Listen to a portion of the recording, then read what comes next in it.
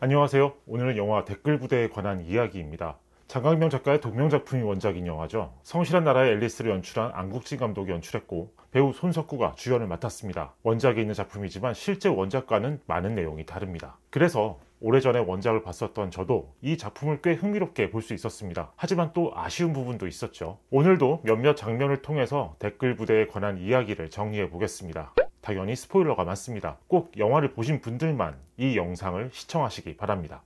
처음 이야기해 볼 장면은 영화의 오프닝 시퀀스입니다. 촛불 집회의 첫 제안자에 대한 이야기를 주인공 임상진이 자신의 목소리로 들려주는 시퀀스죠. 우리가 익히 알고 있는 박근혜 전 대통령의 퇴진 요구 집회에 장면들이 들어가 있고 그 사이 영화가 설정한 가상의 대기업이 언급됩니다. 그리고는 한국 최초로 촛불 집회를 제안한 사람이 누구였을까에 대한 질문을 던지죠. 마치 하나의 썰처럼 진행되는 이 이야기는 상당히 재밌습니다. 16살의 PC통신 이용자가 처음 PC통신 유료화에 반대하는 집회를 제안했으나 사실상 무력하게 끝났다. 그런데 바로 그가 2016년에 그 촛불 집회를 제안했다. 그리고는 여기에 나오는 모든 이야기는 실화라는 자막이 뜨죠. 재미있으면서도 당황했습니다. 이건 정말 촛불 집회를 제안했던 그 사람의 진짜 이야기일까? 그런 생각이 들게 되니까요. 게다가 자막까지 붙어있지 않습니까? 이 이야기는 어디까지나 허구다. 이런 내용의 자막을 먼저 보여주는 영화들은 많았어도 이렇게 뻔뻔하게 모든 이야기가 실화라는 자막까지 붙인 경우는 없었던 것 같습니다. 그래서 저는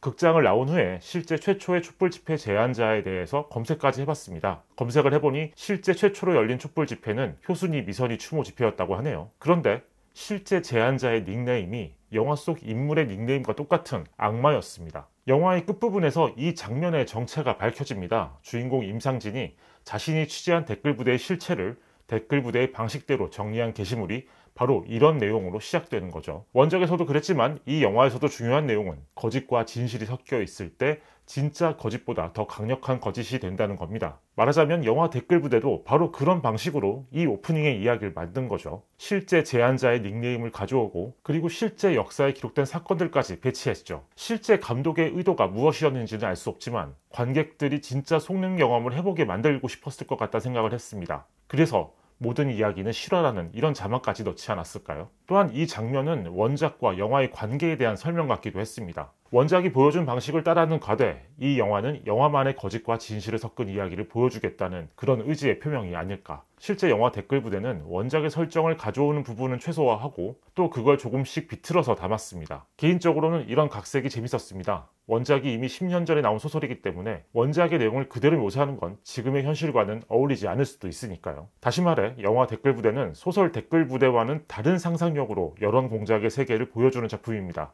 이제 이 영화의 상상력이 어떤 매력을 갖고 있는지를 살펴보겠습니다. 영화 댓글 부대만의 상상력이 보이는 장면 중 하나는 어느 대학생에 대한 공작을 벌이는 부분입니다. 그의 아버지가 오랫동안 하고 있는 1인 시위를 무력화시키기 위해 딸에 대한 공작을 하고 있는 것이죠. 공작의 방식은 매우 그럴듯합니다. 처음에는 SNS 팔로워 수를 올려주고 무수히 많은 칭찬 댓글을 조작합니다. 그리고 이 인물이 조금씩 이런 분위기에 반응을 보이고 또 도취되어 갈 때쯤 그녀의 사진과 신상을 여러 게시판으로 공유합니다. 그런데 어느 날부턴가 이 사람에 대한 비호감을 이야기하는 의견들이 생기기 시작하죠. 그리고 그런 의견에 동조하는 사람들도 많아집니다. 원작에는 어떤 진보 성향의 게시판을 무력화시키는 이야기가 나옵니다. 영화에 나온 것과는 거의 다르지만 하나의 의견에 동조하는 사람들이 많아지면서 분위기가 급반전되는 형태는 비슷하죠. 영화는 좀 더 현대적인 형태를 고민했을 것 같습니다. 인스타그램 인플루언서가 지금은 더 어울리는 설정일 겁니다. 사람들의 지지와 응원을 받던 인플루언서가 어떤 계기에 의해 하루아침에 나락으로 떨어지는 상황은 지금도 벌어지고 있죠. 그만큼 댓글 부대의 상상력은 나름의 현실성을 갖고 있습니다. 다만 이런 상상력이 정말 흥미로운가? 사실 저는 오히려 뻔해 보이는 느낌이었습니다. 원작은 정치적인 진영 대결에 댓글 공작이 이용되는 상황을 그리고 있었습니다. 공작의 주체가 실제 정부로 그려지지는 않았지만 그래서 독자들이 그의 진짜 정체를 상상할 수 있는 폭이 넓었다고 볼 수 있죠. 영화 댓글 부대는 원작이 보여준 정치적 공작의 틀을 아예 거론하지 않습니다. 이 영화에서 가장 큰 댓글 공작의 실체는 거대 기업으로 설정되어 있죠. 이 기업이 회사의 이익에 유리한 대로 여론을 몰아가기 위해 댓글 공작을 펼친다는 내용입니다. 이렇게 설정을 바꾸었을 때의 장점이 있을 것 같습니다. 이 영화가 정치적 공방에 빠지는 일을 어느 정도 방지할 수 있겠죠. 하지만 단점도 있죠. 그만큼 이 영화가 보여주는 상상력은 매우 빈약하고 작아질 수밖에 없는 겁니다. 기업들이 유리한 여론 형성을 위한 각종 활동을 한다는 건 너무 공공연한 사실입니다. 그런 활동이 직접적으로 드러나는 건 광고를 비롯한 각종 마케팅 활동이겠지만 외주 대행사를 통해서 진행하는 바이럴 마케팅도 있습니다. 이건 대기업만 하는 것도 아닙니다. 그렇게 볼 때 이 영화가 보여주는 상상력이 관객에게 전달하는 충격은 사실 그리 크다고 볼 수 없죠. 누구나 아는 이야기를 조금 세게 한다, 그 정도의 느낌인 것 같습니다.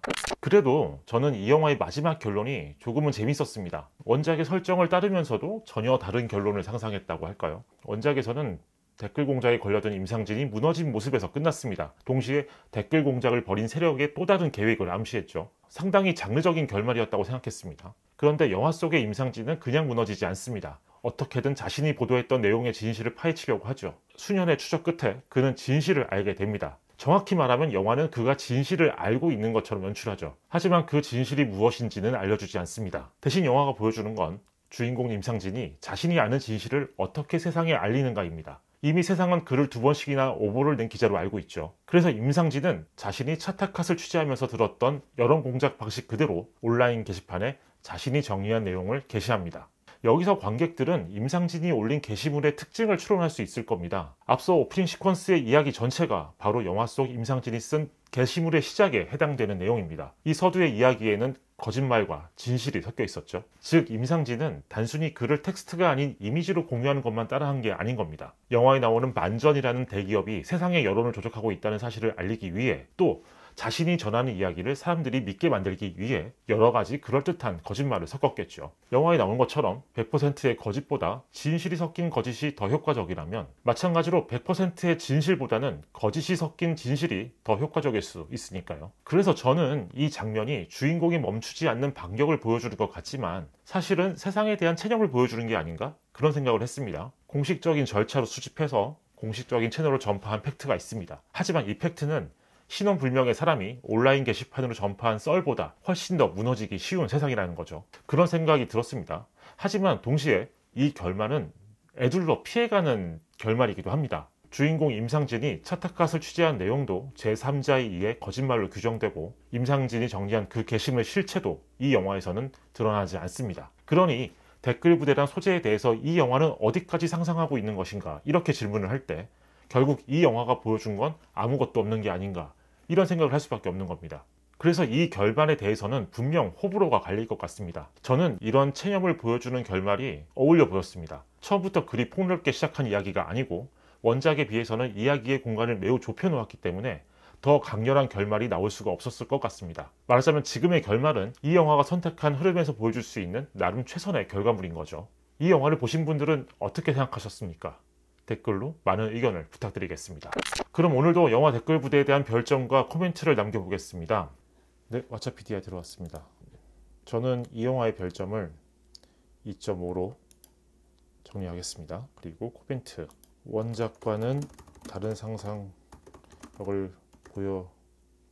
보여주겠다는 야심찬 오프닝, 그에 비하면 좁고 소심한 상상력. 네, 저는 이렇게 적도록 하겠습니다. 오늘의 이야기는 여기까지입니다. 저는 곧 또 다른 작품에 대한 이야기로 돌아오겠습니다. 감사합니다.